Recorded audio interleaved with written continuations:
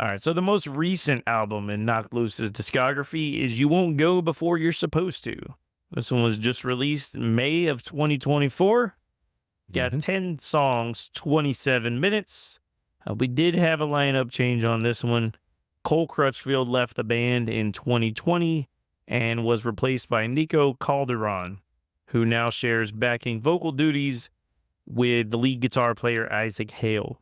Should note, it's been 5 years since the last album in between these two, and they blew up in between these two albums when they played Coachella and like really made a name for themselves. So yeah, for sure. Also, this album was produced by Drew Folk, who we just talked about on the Wage War episode. He produced their album. He's produced Beartooth. He is working on the new Whitechapel album. This guy's everywhere. So he produces singing song albums and then crazy he produces shit. This. It's interesting. Yep. So this one starts out with the track Thirst. This one is a quick 1.5-minute banger to get us started. Starts out with some odd, eerie background noise and then hits you harder than your best buddy after you insult his mom's potato salad. There's a kind of creepy sound like something's walking around and noises for the first 20 seconds that kind of suck you in before the ADHD's back tenfold. Kevin Paxson's drums seem to have a deeper sound. He's putting in some work on this track. Brian is full on screaming his way through this one. This is a quick in and out beatdown track. So Suffocate is the next track. Somebody suffocate Brian. And when I saw that this track featured Poppy. Who's Poppy? Initially, I was pretty bummed. Is she Poppy? Sometimes. I honestly don't know. I've heard of, but I don't know of. She does a lot of different stuff, and it depends on which song, which album you listen to. Well, she's not Poppy in this track. But I thought the dudes were going to go soft on me, but man, was I wrong. This is one of the best songs that the band have ever released. Poppy sounds angry as fuck, and the back and forth between her and Brian is just perfect. Yeah. Then, to top it all off, we get a reggaeton breakdown.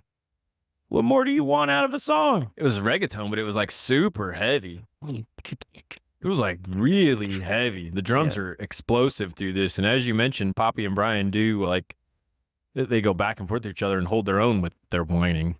She whines just as hard as he does. I suppose so. So one of the other singles and standout tracks is Don't Reach For Me. Yeah. This was the second single from the album, and this is my personal favorite track on the album, mostly because the lyrics are some of the most angry lyrics that I've heard recently in a song. I dream of a cleansing wave, set me free, I return to form, no longer bound to me. And when your arms are too weak to pull yourself back up, when your arms are too weak to reach for God, don't reach for me.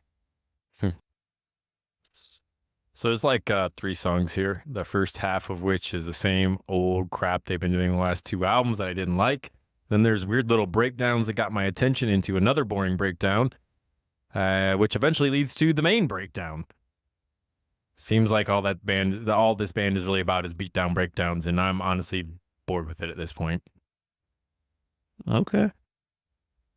Well, maybe you'll like the next song here that we're going to talk about, Slaughterhouse 2. And why is that? Who's on this song? So the whole concept of this song is awesome to me. For those who don't know, Brian Garris was featured on Motionless in White's last album on the original Slaughterhouse. It's the best song he's ever done in his life. And then Chris Motionless then returned the favor by doing Slaughterhouse 2 to give you the with best Brian and Knocked Loose. This song's definitely one of the best songs on the album. Have you ever had any doubts, though, about whether Chris Motionless can get crazy heavy? This track is a must-listen. You got to hear what he does on this track. He's almost not even recognizable as the guy that brought you Masterpiece. Like, no way. I mean, yeah. I really like the first Slaughterhouse. As I mentioned, it's probably the best track with Brian Garris on it. This one isn't bad. It's probably the best track on the album, honestly. There's some weird noises buried into the mix, and Chris's verse is the best part. That's how you scream lyrics without sounding like a whiny bitch, Brian. Take notes. Jesus. Also, some callbacks to the first one. There were. Some of the same mosh calls and stuff. So cool stuff there. That's a cool concept. I like it a lot. Another cool song on this one is The Calm That Keeps You Awake. I specifically wanted to point this one out because of some of the percussive elements in the song are just so interesting. Like, it almost sounds like someone's beating on cups or something, but it's a really cool addition to the song, and it's something that could easily be overlooked, especially if you're not listening with headphones. Beating on cups? Did they get Lars?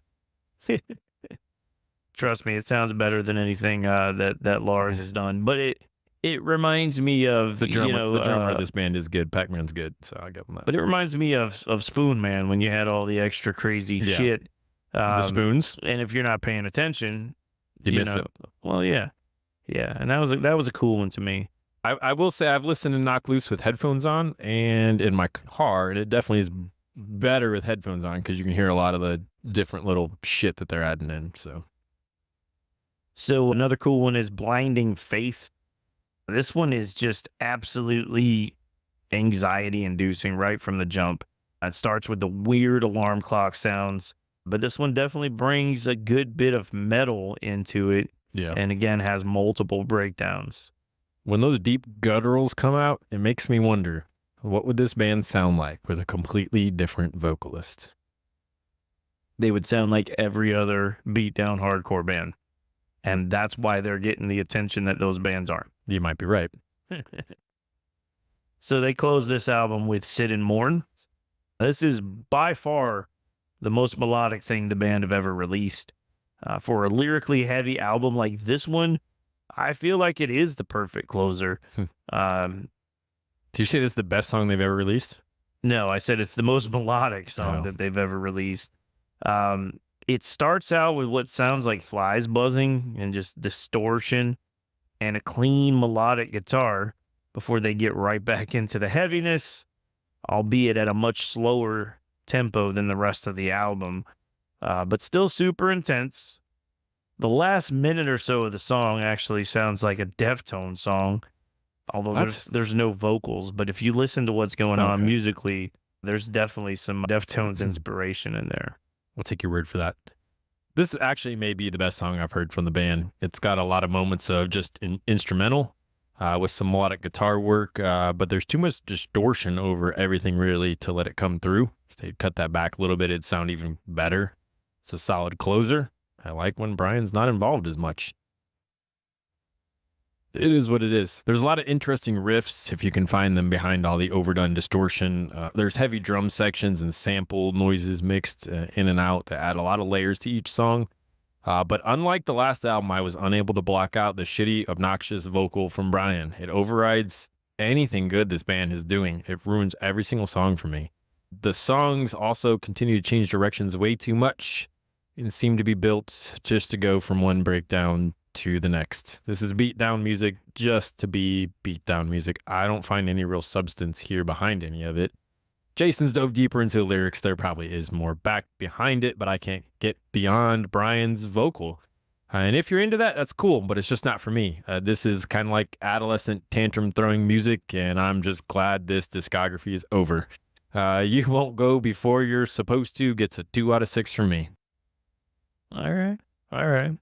I will say, you mentioned actually that you had a harder time blocking out Brian's vocals on this album. Yeah, the Actually, second one. Yeah, the second one, it was easier. So I actually heard him say in interviews that he feels like his voice has actually gotten higher.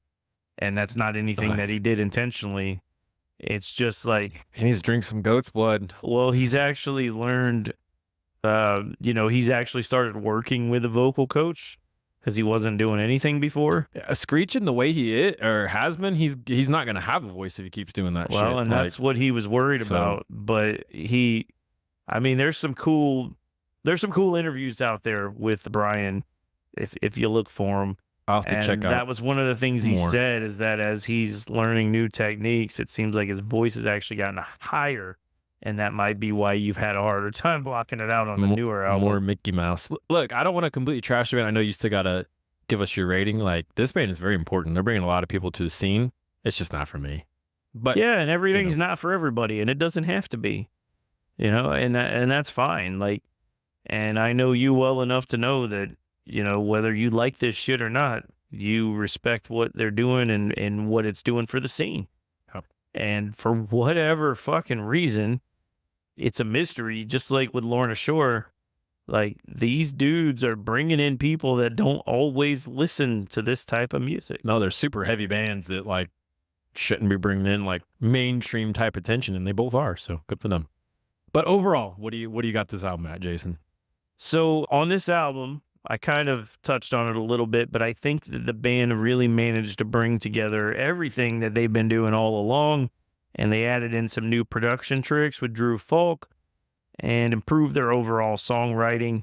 The music is still just as angry and abrasive as it's ever been, but the songs themselves still manage to be catchy enough that they can grab the occasional less seasoned listener. What they've given us here is one of the best albums of 2024. Ooh. And this one's a 6 out of 6.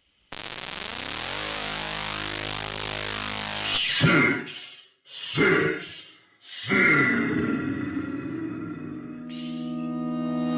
Boo. Boo. It's a 6 out of 6. So yeah, if you rank all these albums based on our average ratings, it goes the same general direction where it's reverse order. You won't go before you're supposed to. Got an average rating of 4. Jason gave it a 6, which is a better rating of hardcore music than mine, probably. Different Shade of Blue also got a 4. Got a 5.5 from Jason. And Laugh Tracks got a 3.5 average and a 5 from Jason. So according to Jason, they've gotten better over the years. If you're, With each album. if you're into hardcore music, you probably agree. If not, let us know in the comments. What do you think of Knock Loose? Like, if I was building a festival, I would definitely put Knock Loose on it, even though I'm not a fan of the band. So, Yeah, you there's just that. won't go and watch that. I don't know. I'm going to see them. What is it? They're not Fest, right? Yeah. So I'm going to be there Direct support for Slipknot. for them again. And I remember seeing them at Scranton and enjoying the show. So, I mean, it's like live. I don't dislike it or anything, but I don't know. All right. There you go, everybody. Knocked Loose. Knocked Loose. What was your favorite album, everybody? Let us know in the comments.